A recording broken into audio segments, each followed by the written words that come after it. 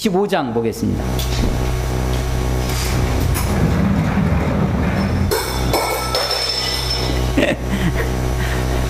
빈컵이라 다행이네요. 자, 출애굽기 25장 우리 1절부터 22절까지 한번 교독하겠습니다. 1절에서 22절, 제가 한 절, 여러분이 한 절 교독합니다. 25장입니다. 25장. 여호와께서 모세에게 말씀하여 이르시되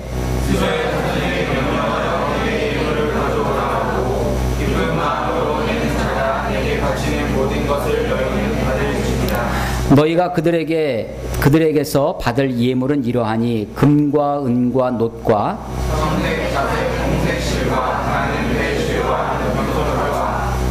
붉은 물들인 순양의 가죽과 해달의 가죽과 조각목과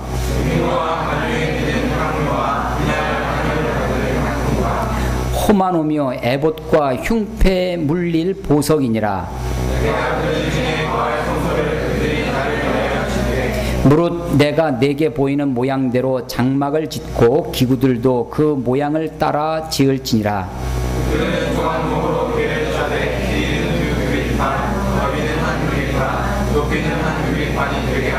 너는 순금으로 그것을 싸되 그 안팎을 싸고 위쪽 가장자리로 돌아가며 금태를 두르고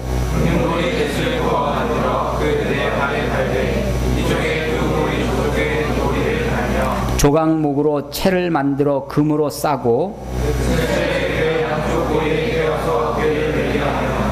채를 궤의 고리에 꿰인 대로 두고 빼내지 말지며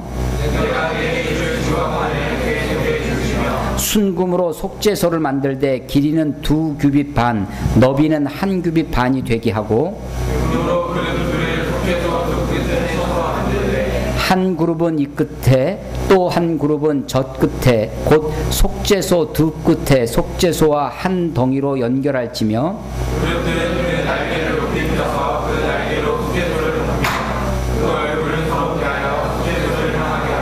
속죄소를 궤 위에 얹고 내가 내게 줄 증거판을 궤 속에 넣어라.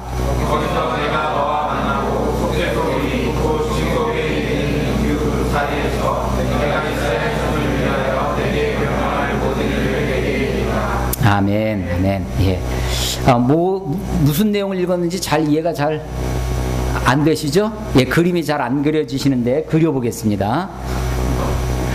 예.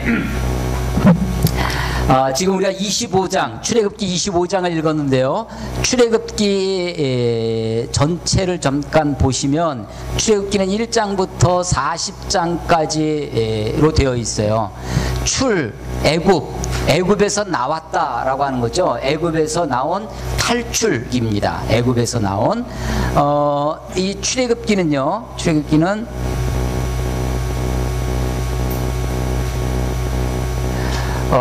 여기가 이제 지중해고요. 지중해고 홍해가 있고 이제 아프리카 나일강이 있는 이집트입니다. 여기가 이집트가 곧 성경의 애굽으로 되어 있는 거죠. 애굽. 그다음에 여기가 시나이 반도, 시내산입니다. 지금은 여기에 이제 수에즈 운하가 그 운하 땅을 파서 바닷길을 만들었죠. 그래서 이제 지중해랑 홍해를 거쳐서 이쪽 대서양 쪽으로 오는 길이 되어 있지만 원래는 육지로 이렇게 되어 있고요. 가나안, 갈릴리 호수 요단강 사해에 있는 가나안 지방이 이렇게 있습니다. 애굽에서요. 창세기 마지막에 요셉이 애굽의 총리가 되면서 이스라엘 그 야곱의 자손들이 전부 다 애굽 땅 고센이라는 곳에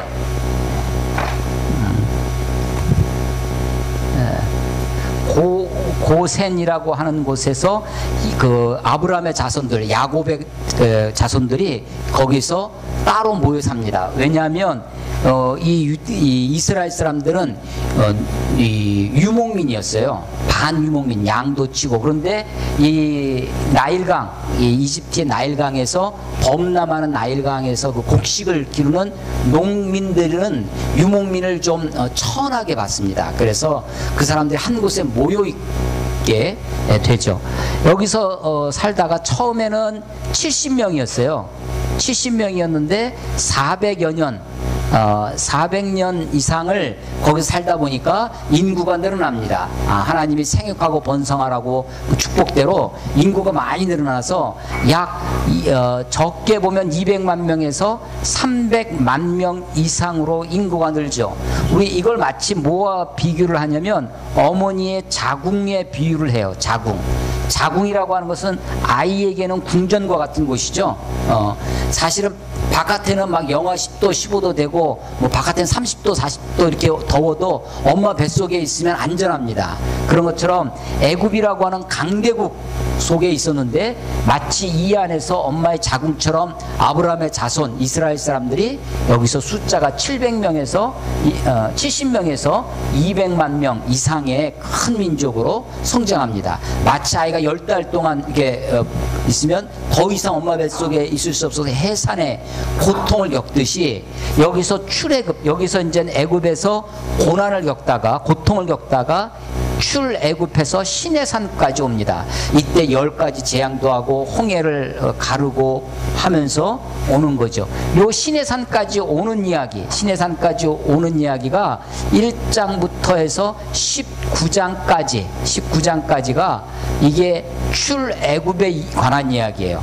그래서 여기에 지금 얘기하는 것처럼 출애굽의 인도자 모세의 소명, 모세를 부르는 이야기, 그리고 이 모세 대 바로 소위 10가지 재앙을 통해서 바로를 제압하고 이스라엘 백성들 애굽에서 나오는 이야기, 그리고 홍해를 건너서 시내 산까지 오는 이야기가 19장까지 나와 있습니다. 그러니까 이 부분을 읽으면 아주 드라마틱한 그런 이야기, 아주 재밌는 이야기, 그런 스토리가 있는 이야기죠.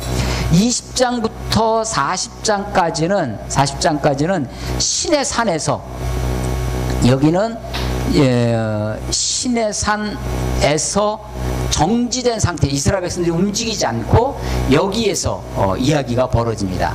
여기는 크게 2가지 이야기가 나오는데, 하나가 율법 이야기예요. 율법이 20장에서 10계명을 가르쳐 주시고 21장에서 23장까지가 여러 가지 민법에 대한 이야기로, 한마디로 율법에 대한 이야기입니다. 율법에 대한 이야기인데, 율법은 크게 2가지입니다. 하나는 뭐뭐 해라 두고, 또 하나는 뭐뭐 하지 마라 don't입니다. 율법은 다 명령이죠. 그런데 사람들은 하라고 하는 일은 하지 않고 하지 말라고 하는 일은 하고, 그래서 율법 아래 있으면 언더돌로, 율법 아래 있으면 다 우리가 죄인으로 드러납니다. 죄 아래 놓여 있게 되어 있어요.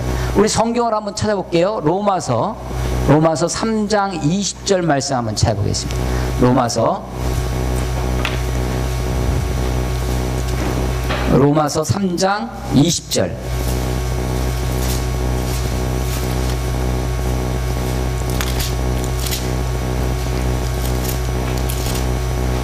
로마서 3장 20절. 자, 우리 다 찾았으면 같이 한번 읽겠습니다. 시작. 그러므로 율법의 행위로 그의 앞에 의롭다 하심을 얻을 육체가 없나니 율법으로는 죄를 깨달음이니라. 아멘. 율법은 우리들에게 행위를 요구합니다. 뭐뭐 해라, 뭐뭐 하지 말아라 라고 하는 행위를 요구하는데, 율법의 행위로는 그 앞에 의롭다 하심을 얻을 육체가 하나도 없다는 거예요. 그러니까 모두 율법 아래에 있으면 전부 다 죄인을 낼 수밖에 없는 거죠. 그렇다면 율법의 기능이 있는데, 율법의 기능이 로마서에서 바울이 가르쳐주는 것은 우리들에게 죄인이라는 것을 알려준다는 거죠. 그 죄를 깨닫게 해준다라고 하는 것입니다. 우리나라 법에도 죄형 법정주의라는 것이 있습니다. 들어봤나요? 그러니까 법이 없으면 죄로 정할 수가 없습니다. 법정주의예요. 물론 죄로 형벌을 매기려면 법이 있어야 돼요. 그러니까 이제 현대사회가 막 발달합니다. 예를 들면 핸드폰, 이 통신비밀보호법 뭐 이런 것이 있어요. 이것은 핸드폰 있기 전에, 전화기가 있기 전에는 그런 법이 없었던 거죠. 이게 사회가 발달되고 문명이 발달되고 뭐 이 지적재산권 이런 것이죠. 그러니까 법이 만들어지기 전에는, 우리가 법이 없을 때는요, 남의 거 이렇게 카피하고 표절하고 그래도 이게 죄가 안 되는 거죠. 죄로 정할 수 없습니다. 법이 없을 때는. 율법도 그렇죠. 그러니까 율법이 있음으로 말미암아 우리가 죄인인 것을 확정하게 되는 그런 거죠. 자, 출애굽기의 한 부분, 우리가 이제 지난번에 십계명하고 이 민법에 대해서 이야기를 했는데, 율법이 또 하나입니다. 그래서 시내산에서, 요 시내산에 도착해서 이스라엘 백성들이 내게 하나님이 주신 게 두 가지인데, 하나가 율법이에요. 또 하나가 성막이라고 하는 겁니다.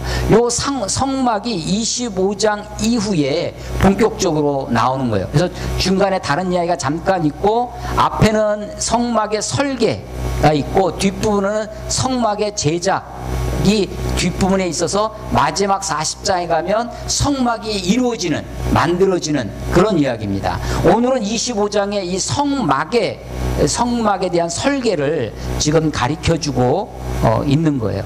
성막이라고 하는 것은, 성막은 거룩한 천막이죠. 거룩한 천막이에요.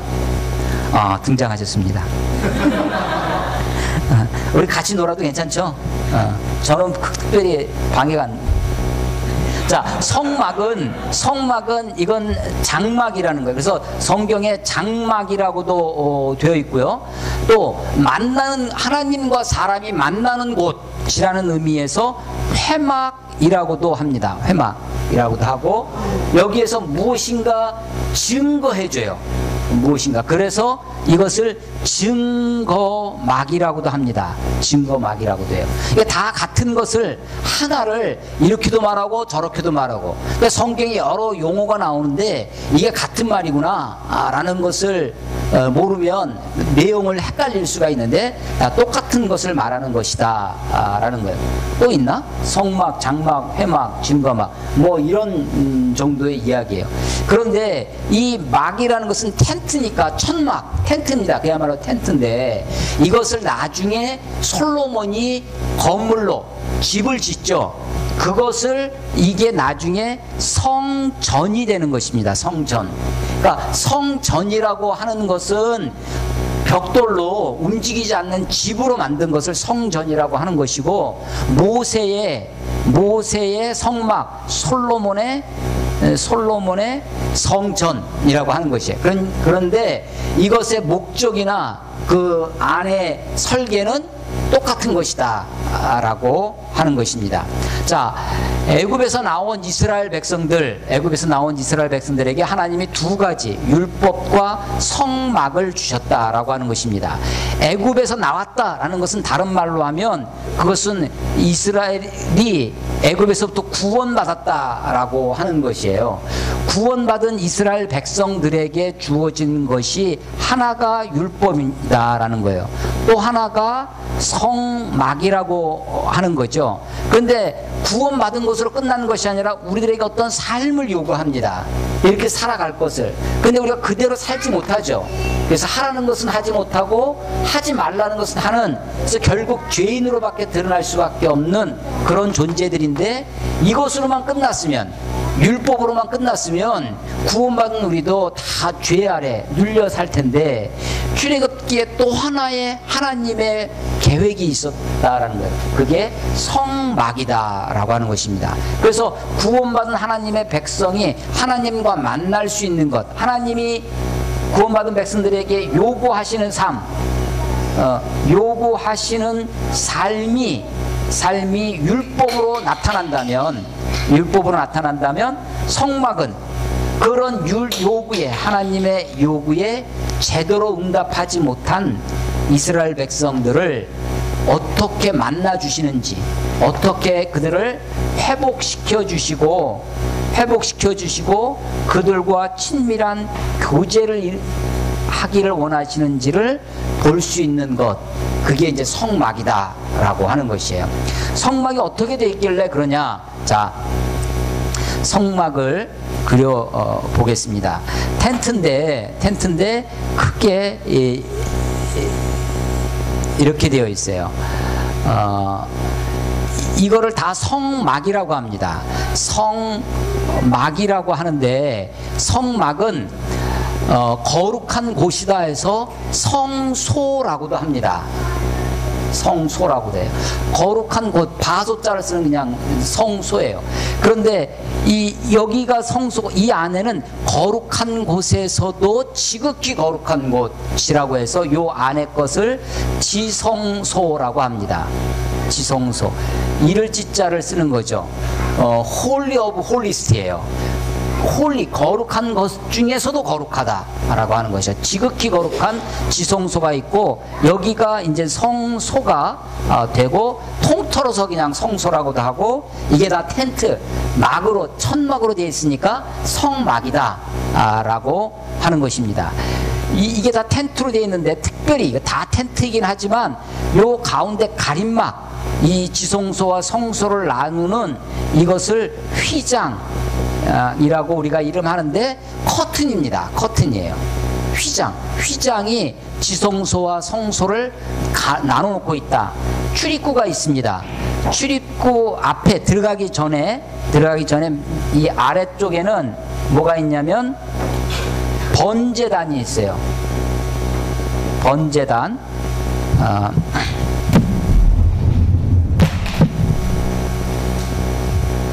자, 이 번제는 그야말로 번이죠. 태우는 거예요. 태울 번자인데 영어도 번이에요. 태워서 제사를 드리는, 양을 잡고 소를 잡고 할 때 태우는 곳입니다. 거기서 태워서 하나님께 번제를 드리고 나면 그 번제를 드린 손이 더러워질 거 아니에요.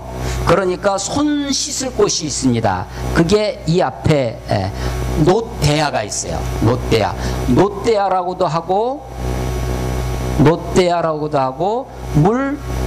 물두멍이라고도 합니다. 번제당에서 번제를 드리고, 여기에 이제 각종 도구도 있겠죠. 이렇게 양을 잡고 불을 태우고 하면 이게 쇠꼬챙이 같은 걸로 이렇게 그런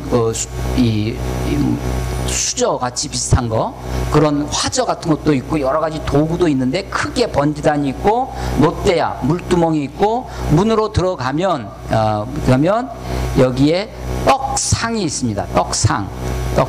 이 떡을 진열해 놓았어요. 진열해 놨다. 그래서 그것을 병이라고 합니다. 이 병자가 떡병자예요. 병. 우리가 이 떡병자입니다. 이게 오병이어 할 때 오병자예요. 이게 떡을 진설해 놨다. 떡을 펼쳐 놨다라고 하는 것입니다. 떡을 우리도 여러분 제사 지낼 때 보면 음식을 귀신들 먹으라고 펼쳐 놓잖아요. 먹을 걸 하나님 앞에 이것을 펼쳐 놓는데, 이것은 이 12지파, 이스라엘의 12지파, 12지파를 상징하는 12덩어리를 갖다가 놓는 거죠. 그 다음에 한쪽에는 뭐가 있냐면요, 한쪽에는 촛대가 있습니다. 촛대. 결혼식장 같은 데 가면 그 단상이 이렇게 있으면 양쪽으로 하나 둘 셋 넷 다섯 여섯 일곱, 하나 둘 셋 넷 다섯 여섯 일곱, 이런 거 있죠. 촛불 기듯이 이렇게 촛대가 있어요. 그래서 세상의 빛으로 오신 예수님, 이 안이 텐트, 천막이어서 텐트가 이렇게 얇은 텐트가 아니라 굉장히 두꺼운 텐트입니다. 그래서 안에 빛이 들어오지 않아요. 그래서 이 안은 어둡습니다. 그런데 이 안에 출입문이 있으니까 여기는 그래도 빛이 좀 들어오고, 촛불이 있으니까 이 안은 밝혀주는 거예요. 어두운 세상 가운데 빛으로 오신 예수님을 상징하는 것이고, 생명의 떡으로 오신 예수님을 상징하는 것입니다. 그리고 이 앞에 있는 것은 향단입니다. 향단. 불을 피면 향불이 올라가듯이 이것은 우리의 성도의 기도를 상징하는데 이 연기가 올라가는, 기도가 올라가는 것처럼. 그리고 나서 휘장을 지나서 진짜 중요한 것이 이 안에 있습니다. 이 안에 법궤라는 것이 있어요. 법궤. 궤는 괴짝, 사과 괴짝 할 때 궤예요. 그러니까 이건 상자를 얘기합니다. 상자궤예요. 상자궤. 이것도 법궤라고도 하고 하나님의 언약의 말씀을 이 안에 넣었다 해서 언약궤라고도 하고, 또 거룩한 괴짝이라고 해서 성궤라고도 하고, 아까도 그것도 증거막이라고 했던 것처럼 무엇인가를 증거해주는 상자다 해서 증거궤라고도 합니다. 법궤라고 하는 것이 이 안에 있는데, 자, 이 법궤는요,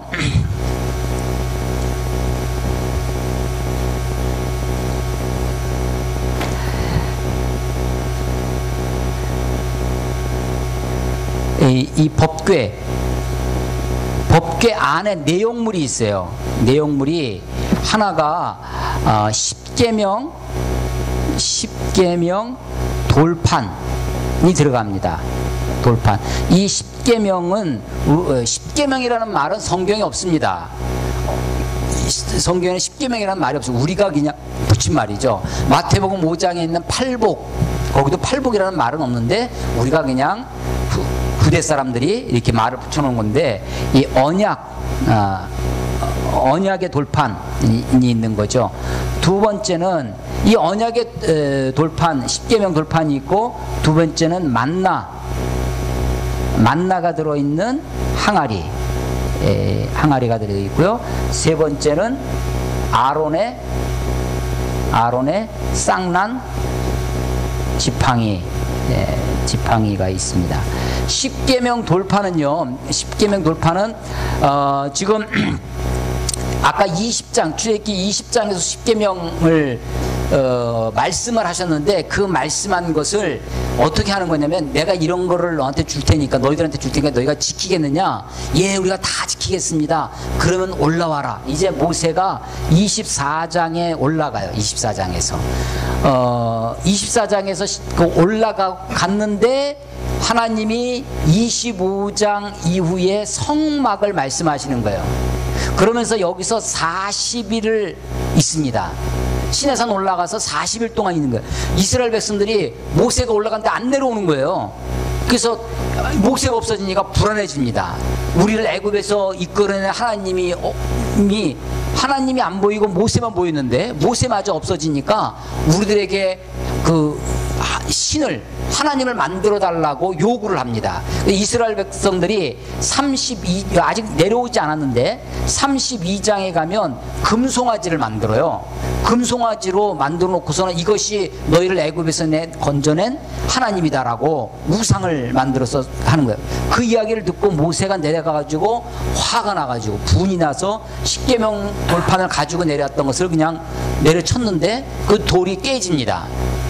그래서 그때 하나님이 이 이스라엘 백성을 다 죽이고 모세 너를 통해서 새롭게 민족을 시작하겠다 했더니 모세가 하나님 앞에 막 눈물로 기도해서 이스라엘 백성들이 죽지 아니하고 하나님께 용서를 받죠. 그리고 나서 모세가 다시 돌을 만들어 가지고 올라갑니다. 그러면 그 돌에다가 하나님이 글씨를 십계명을 써줬어요. 그런 돌판입니다. 만나 항아리, 이거는 출애굽기 이전에 16장에서 이스라엘 백성들이 하나님의 그 인도를에 대해서 원망하고 불평할 때 하나님이 하늘에서 만나를 내려서 이스라엘 백성 하나님의 공급, 하나님의 인도에 대해서 하나님의 공급하심, 먹여주심, 인도하심에 대한 이스라엘 백성들의 불평의 상징이 만나입니다. 그 만나를 하나님이 항아리에다가 담아서 그것을 보관하라 했는데 그것이 나중에 이 안에 들어가는 것입니다. 나중에 이건 민수에 가면 아론의 쌍난 지팡이 나오는데 모세의 지도권에 대해서 도전합니다. 모세, 당신만 하나님 만난 사람이냐? 당신만 그러냐? 우리도 하나님께 기도하고 우리도 하나님 만나는데 하면서, 그러니까 하나님이 그러면 각 지파의 대표들이 나와서 지팡이를, 막대를, 나무를 갖다 꽂아놔라 했는데 모세의 대변자가 아론이죠. 아론의 지팡이에서만 싹이 납니다. 살구나무 꽃이 피는데, 그래서 모세의 지도력, 리더십, 이 리더십이 없으면 오합지졸일 텐데 하나님이 모세의 리더십을 인정해 주면서 모세에 대해서 불평하고 원망하던 이스라엘 백성들을 상징하는 것이 바로 아론의 쌍난 지팡이입니다. 자, 이 법궤 안에 이런 것들이 들어가 있는 거예요. 이러한 것이 들어가 있는데, 그것은 다 한마디로 무엇과 관계 있냐면 저들의 죄와 관계됩니다. 그러니까 이 안에 1번, 2번, 3번이 다 이스라엘 백성들의 죄, 이스라엘 백성들의 원망, 이스라엘 백성들의 불평, 판도라 상자처럼 뚜껑을 열면 온갖 것들이 막 쏟아져 나오잖아요. 프로메테우스 맞나요? 프로메테우스가 프로메테우스는 예지자라는 뜻인데, 그 동생이 있죠. 그리스 신화에서 그 누구죠? 뒤를 보는 그래서 제우스가 그 불을 훔쳐간 프로메테우스를 혼내기 위해서 그 판도라를 보내주는데, 그 판도라의 상자를 그 동생이 열잖아요. 그래서 거기서 온갖 것들이 쏟아져 나와가지고 세상에 온갖 죄와 불평과 이것이 세상에 가득해졌다라고 하는 것처럼 이 안에, 이 법궤 안에 이런 것들이 들어 있습니다. 그런데 이 상자의 뚜껑 부분이 있어요. 뚜껑, 덮개 부분, 커버입니다. 커버. 이 덮개 부분이 있는데, 이 덮개를 열면 판도라의 상자처럼 뚜껑을 열면 그 안에 온갖 죄와 불평과 원망과 그런 것이 있는 것처럼, 이 뚜껑을 열면 이스라엘 백성들의 죄가 보이는 거예요. 하나님이 이것을 보시면 죄가 보이는 순간 하나님은 어떻게 돼요? 그 죄를 심판하실 수밖에 없죠. 죄를 하나님이 심판하실 수밖에 없는데, 그것을 덮개가 덮고 있는 거예요. 그래서 여기에서 이제 그 착안을 해가지고 스티븐 스필버그가 인디아나 존스 같은 영화 혹시 알아요? 봤어요?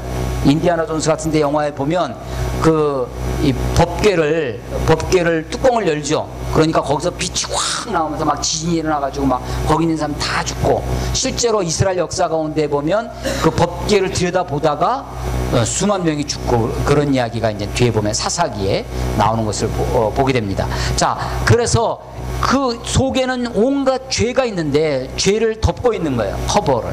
그런데 대제사장이 이제 뒷부분에 가면, 출애굽기 뒷부분에 가면 제사장에 대한 이야기가 나오는데, 제사장 중에 제일 높은 대제사장이 1년에 한 번, 1년에 1회 대속죄일, 7월에 있는 대속죄일에 양을 잡아서 양의 피를 가지고 들어가서 이 휘장을 지나서 성소에 가서 이 법궤 위에 뚜껑에다가 양의 피를 부읍니다. 여기가 피를 부르는 거예요. 그러면 하나님이 뭘 보시냐면 이 피를 보시는 거죠. 그 양의 피를 보고, 하나님이 피를 보고 이스라엘 백성들의 죄를 사해 주셨습니다. 자, 그래서 이곳이 어디냐, 이 뚜껑 덮개 있는 이 부분이 이스라엘 백성들의 죄를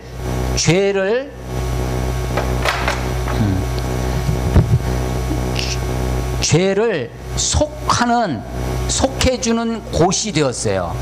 근데 이 뚜껑이, 덮개 부분이 속죄소가 되는 겁니다. 속죄소가 어떤 집이나 어떤 장소가 아니라, 장소는 장소인데 어디냐면 법궤의 덮개 부분이에요. 덮개 부분. 여기에 이스라엘 백성들의 죄를 덮고 있는 거기에 양의 피를 갖다 부어서 이스라엘 백성들의 죄를 속하는 곳, 죄를 속하는 곳이 속죄소예요. 속죄소. 그리고 내가 죄 사함을 받으면 죄 사함을 받는 것만큼 은혜가 없죠. 그래서 요 시은 속죄소는 다른 말로 은혜를 베푸는 곳, 은혜를 베풀 시자를 써서 은혜를 베푸는 자리. 그래서 시은좌 혹은 시은소라고 하는 것이에요. 여기 똑같은 이름입니다. 속죄소라고도 하고 시은좌 혹은 시은소라고 하는 게 법계의 뚜껑 부분이에요. 그래서 영어로 하면 이게 mercy, 자비의 자리, mercy seat라고 하는 것이 여기가 mercy seat, 덮개 부분 그렇게 되어 있습니다. 자, 이 그림을 가지고 좀 보겠어요. 이 성막은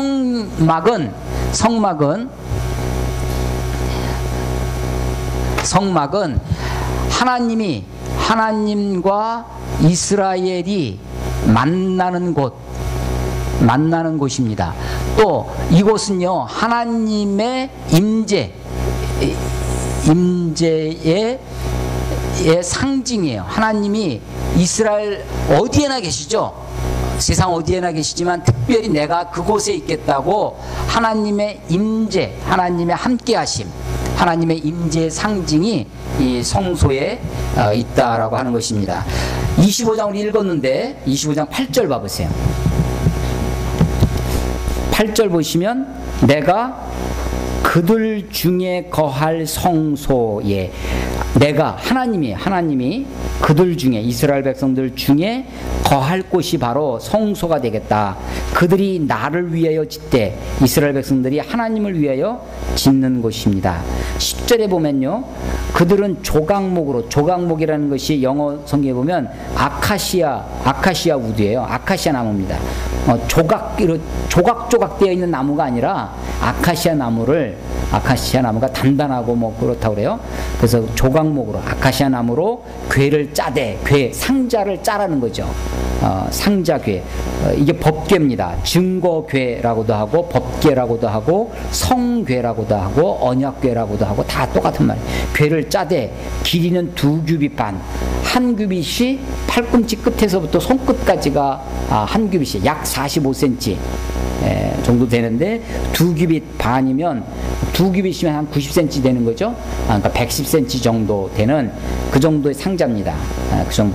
길이가 2규빗 반, 너비가 한 규빗 반, 높이가 한 규빗 반, 한 규빗 반이면 한 60에서 65cm 정도 되는 그런 상자에, 옛날 우리 트렁크 그런 겁니다. 그 정도의 증거계예요. 11절에 보면 너는 순금으로 그것을 싸대. 나무로, 단단한 나무, 아카시아 나무로 상자를 만들고 궤를 만들고 순금으로 그것을 싸라는 거예요. 둘레를. 그렇게 되어 있죠. 12절에 보면 금고리 넷을 부어 고리를 만들라는 것이고요. 16절에 보면 내가 내게 줄 증거판, 이게 뭐냐면 십계명 돌판을 얘기하는 거죠. 그것을 궤 속에 둘지며, 17절 순금으로 속죄소를 만들되, 속죄소를, 이게 뚜껑을 만든다는 거예요. 덮개를 만든다는 거예요. 속죄소를 만들때 길이는 2규빗 반, 너비는 한 규빗 반이 되게 하고, 금으로 그룹들을 속죄소 두 끝에 쳐서 만들며. 이 그룹들이라는 것은 케루빔이라고 하는 것인데, 이건 어떤 건지 잘 모릅니다. 우리가 뭐 천사의 모습 비슷하게 이게 날개 달린 이런 거 있잖아요. 그런 모양으로 사람들이 그려내는데, 상상해서 그리는 거고 어떻게 생기는지 몰라요.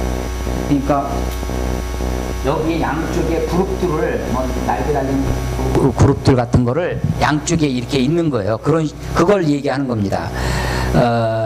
20절, 그룹들은 그 날개를 높이 펴서, 날개를 이렇게 천사 날개 같은 그런 거예요. 그 높이 쳐서 그 날개로 속죄소를 덮으며, 그 날개, 속죄소, 시은소라고 하는 뚜껑, 덮개를 덮으며 그 얼굴을 서로 대하여 속죄소를 향하게 하고, 서로 날개가 마주보게끔 한다는 거죠. 그렇게 하는 것입니다. 21절, 속죄소를 궤 위에 얹고, 그러니까 궤 위에 속죄소가 있는 거예요. 덮개가 되는 말입니다. 22절 거기서 내가 너와 만나고 거기서 그 속죄소에서 은혜를 베푸는 곳, 죄를 사하여 주시는 그 속죄소에서 하나님이 이스라엘 백성들을 만나시겠다는 거예요. 내가 너를 만나고 속죄소 윗 곧 증거궤 위에 있는 두 그룹 사이에서 내가 이스라엘 자손을 위해 내게 명령할 모든 일을 내게 이르리라 라고 하는 것이에요. 그래서 자, 이스라엘 백성들이요 율법만 있었다면 다 죄인으로 죽을 수밖에 없는 그런 상황이었는데, 하나님은 이스라엘 백성들의 율법이 주어지기도 전에, 십계명이 모세를 통해서 이스라엘 백성들에게 전달되기도 전에 사실은 금송아지 만들면서 율법을 파기하죠. 율법을 깨뜨리죠. 율법을 어깁니다. 범법을 하는 거예요. 죄인으로 드러납니다. 죄인인 그들을 만나시는 곳, 죄인인 그들을 하나님이 그들과 만나시고 그들을 어두운 세상 속에서 빛으로, 하나님의 양식으로, 기도로, 그리고 결국은 마지막에 속죄를 통해서 하나님을 만나는 것, 그것이 바로 성막이라고 하는 것이에요. 성막. 그러니까 성막이 없었다면 이스라엘 백성들은 전부 다 죄인으로 하나님 앞에 죽을 수밖에 없었을 것입니다. 율법만 있었다면 이스라엘 백성들이 살아남을 수가 없었을 거예요. 그런데 하나님이 또 하나를 주셨는데 그게 바로 이 성막이다라고 하는 것입니다. 이 성막은 하나님을 만나는 곳, 하나님이 계시는 곳, 하나님의 은혜의 자리다라는 것입니다. 이게 성막인데, 성막은요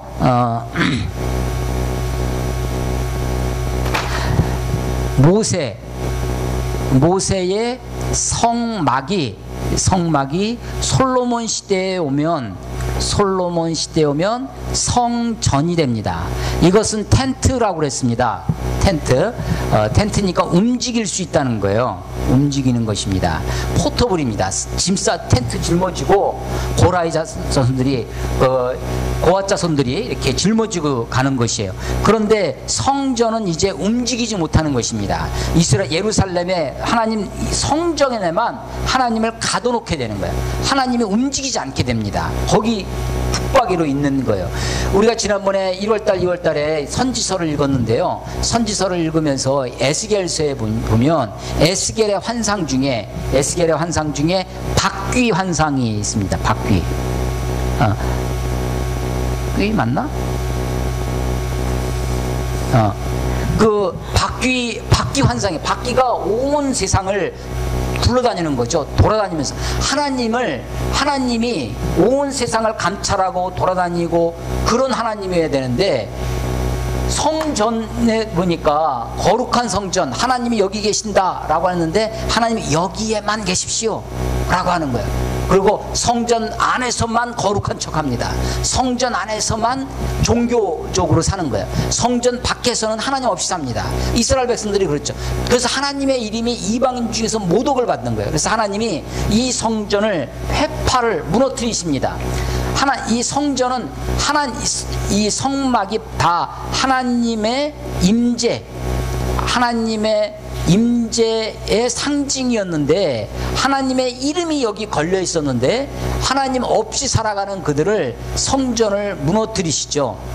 그래서 이 이스라엘 백성들이 나라가 망합니다. 성전이 무너지고 법궤가 빼앗겨요. 법궤를 빼앗겼는데 다시 이스라엘 돌아와서 스룹바벨이라는 사람이 이 성전을 재건합니다. 재건해요. 재건했던 것을 헤롯이 이 재건된 이거를 그래서 제1성전이라고 하고, 요 다시 만든 이것을 제2성전이라고 하고요. 헤롯이 이것을 중축합니다. 중축해요. 이 중축한 성전을 보고 요한복음 2장에서 예수님이 이 성전을 헐어버려라, 내가 사흘 만에 다시 짓겠다라고 말씀하세요. 그래서 그때 제자들이 그게 무슨 말씀인지 몰랐는데 나중에 알고 보니까 예수님의 몸, 예수님의 몸, 십자가에 죽으시고 사흘 만에 다시 살아날 예수님의 몸이 곧 성전이다 라고 하는 것입니다.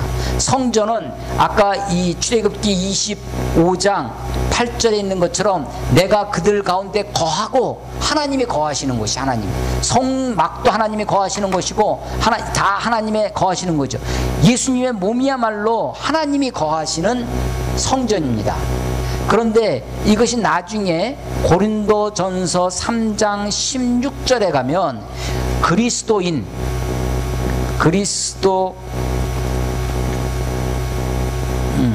그리스도인의 몸을 성전이라고 그렇게 말씀하십니다. 너희가 하나님의 성전인 것과, 우리가 하나님의 성전이라는 거예요. 우리가 하나님의 성전, 너희가 하나님의 성전인 것과 하나님의 성령이 너희 안에 거하시는 것을 알지 못하느냐라고 하는 거예요. 그래서 처음에 움직이는 성막에서 움직이지 못하는 성전의 시대를 지나서 이제 예수님이 하나님이 사람의 모습으로 오신 예수님이 하나님이 거하시는 성전인 거죠. 그리고 예수님을 모시고 사는 우리가 하나님의 성전이 되는 것입니다. 하나님이 거하시는 곳, 그렇게 성경에서 성전이 개념이 지나가고 있다라고 하는 것을 이제 볼 수 있어요. 이 이후에 25장 이후에 보시면 이 성막에 들어갈 각종 기구들에 대한 설명이 나와 있어요. 우리 출애굽기 다시 25장 봐보세요. 25장 23절 보시면 너는 조각목으로, 이 조각목이 무슨 나무라고요? 아카시아 나무. 조각목으로 상을 만들고, 상을 만드는 거, 이 상을 떡상이라고 합니다. 떡을 올려놓는 상이에요. 그래서 30절 상 위에 진설병을 두어, 진설병 아까 뭐였죠? 떡상, 떡을 그 위에 진설해 놓는다, 진열해 놓는다 해서 떡상이라고도 하고 진설병이라고도 하는 것이, 그걸 설명하고요. 31절에 너는 순금으로 등잔대를 만들되, 등잔, 촛대를 만드는 거죠. 거기에 대한 각종 자세한 설명을 해놓고 있어요. 등잔대를 쳐 만들 때 그 밑판과 줄기와 잔과 꽃받침과 꽃을 한 덩이로 연결하고 가지 6을 금잔대 위에 나오게 하되, 33절 이쪽 가지에 살구꽃 형상의 잔셋과 이런 모양으로, 그래서 설명을 쭉 하면서 이렇게 만들어라 라고 하는 겁니다. 26장 가보세요. 26장은 성막 텐트에 대한 설명입니다. 26장 너는 성막을 만들 때 가늘게 꼰 배실과 청색, 자색, 홍색 실로 그룹을 정교하게 수놓은 10폭의 휘장, 텐트라는 거죠. 만들지니 그 10폭으로 큰 그런 것을 이 텐트로 만들어라 라고 하는 것이에요. 7절 봐보세요. 그 성막을 덮는 막 곧 휘장을 염소톨로 만들되 11폭을, 그러니까 덮는 거니까 안에 있는 것보다 바깥에 있는 것은 더 커야 돼, 덮어지겠죠. 그러니까 아까는 10폭이었는데 이제는 11폭으로 만들어라, 이제 이런 식으로 성막에 쓰는 각종 기구들, 도구들에 대한 설명을 쭉 해놓는 것입니다. 26장 33절 봐보세요. 33절 그 휘장을 갈고리 아래에 늘어뜨린 후에 증거궤를 그 휘장 안에, 지성소 아니에요? 휘장 안에 넣어 놓으라. 그 휘장이 너희를 위하여 성소와 지성소를 구분하리라. 성소와 지성소를 나누는 이야기가 나오죠. 너는 지성소 안에 있는 증거궤 위에, 증거궤, 법궤라는 거예요. 법궤 위에 속죄소를 두고, 속죄소, 덮개분이라고 했죠. 그것을 만들어라 라고 하는 것입니다. 이 휘장이 바로 예수님이 십자가에 죽으실 때 휘장이 찢어집니다. 이 휘장이 찢어져서 성소와 지성소를 구별하는 이 휘장이 없어지는 거예요. 우리 한번 찾아보겠습니다. 마태복음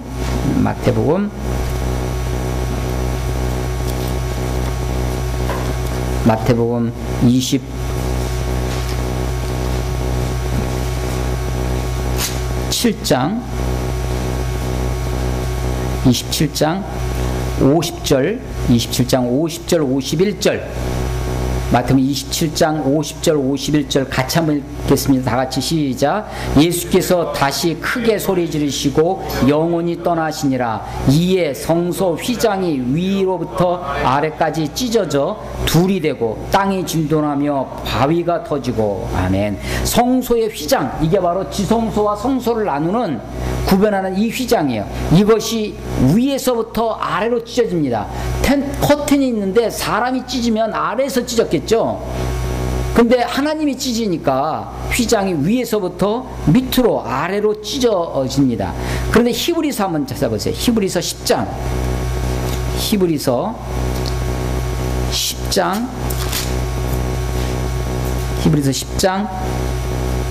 20절, 히브리서 10장 20절 같이 읽어보겠습니다. 시작. 그 길은 우리를 위하여 휘장 가운데로 열어놓으신 새로운 살 길이요 휘장은 곧 그의 육체니라. 아멘. 그 새롭고 살아갈 새로운 살길이에요. 살길. 그 길로 가야 우리가 살아. 이 길로 가야 우리를 속죄해 주시는 하나님을 만나는 곳으로 가야 되는데 우리 가림막이 있었다는 거예요. 휘장이. 그런데 휘장이 찢어져서 없어졌다는 거예요. 그 휘장은 곧 예수님의 그의 육체니라. 예수님의 몸이 십자가에 죽으신 그 사건이 하늘과 우리의 가림막을, 지성소와 성소를, 여기까지는 제사장들이 일주일에 한 번 매일 아침 가서 등불 켜고 일주일에 한 번씩 가서 떡상에 떡을 바꾸고 하면서 들락날락 하는 곳입니다. 그런데 여기는 못 들어가죠. 죄가 있는 모습으로 들어갔다는 죽습니다.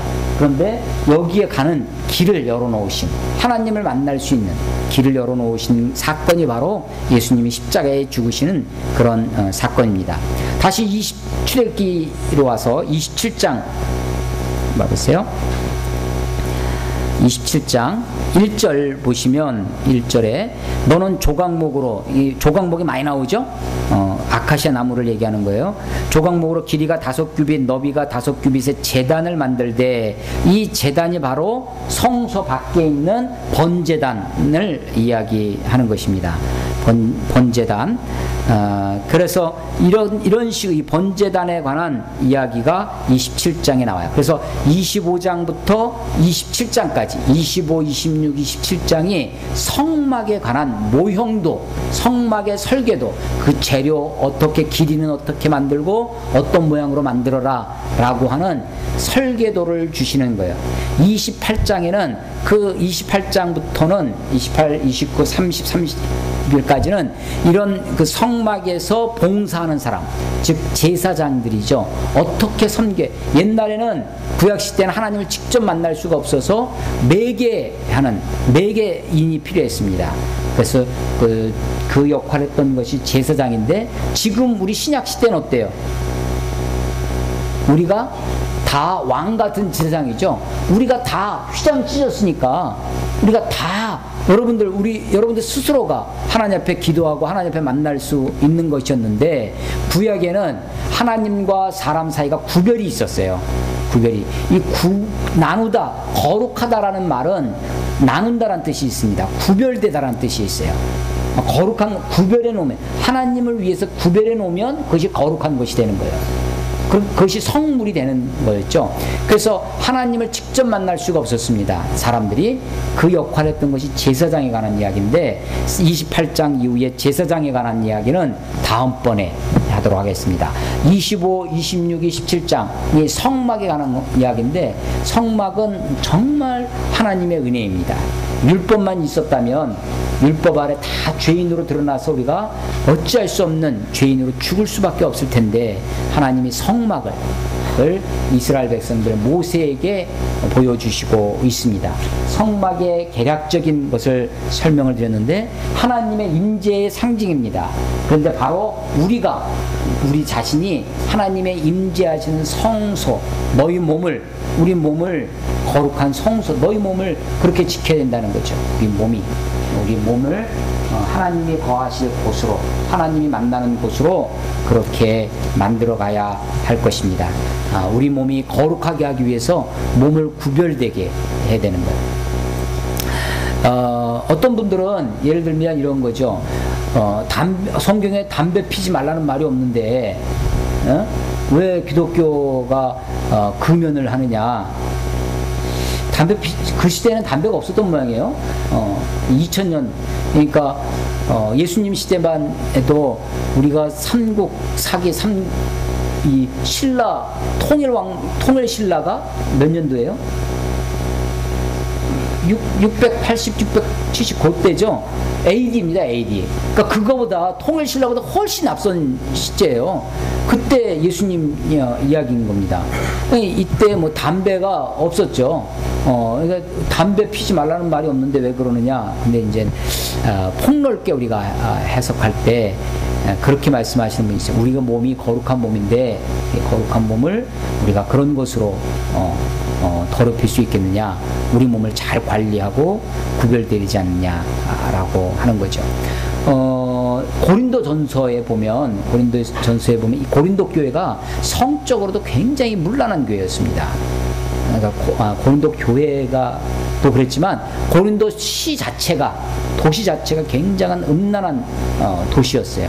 그런데 하나님이 그 이스라엘 백성들에게 향해서 너희 몸을 하나님이 기뻐하실 만한 하나님의 몸으로, 하나님의 성전, 너희 몸으로 하나님께 영광을 돌리라 라고 하시는 것이죠.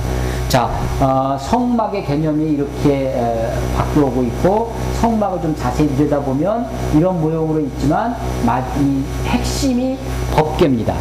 그 안에 죄가 있는데 하나님이 죄를 징계하지 아니하시고 하나님이 죄를 용서하시는 방법, 피 흘림이 없은즉 죄삼이 없느니라 라고 하는 것처럼 양의 피로 이스라엘 백성들을 죄를 용서해 주셨는데, 이제 그리스도의 피가, 예수님의 피가, 이스라엘 백성들은 1년에 한 번씩 이 일을 했어야 됐어요. 1년에 한 번씩. 그런데 이제는 더 이상 양을 잡을 필요가 없습니다. 더 이상 피를 흘릴 필요가 없죠. 왜냐하면 양의 피가 아니라 예수님의 거룩한 피로 큰 대속죄를 이루셨기 때문이다 라고 하는 것입니다. 자, 성막에 대한 이야기를 했는데 오늘 나눈 말씀 중에 혹시 질문 있으십니까? 질문.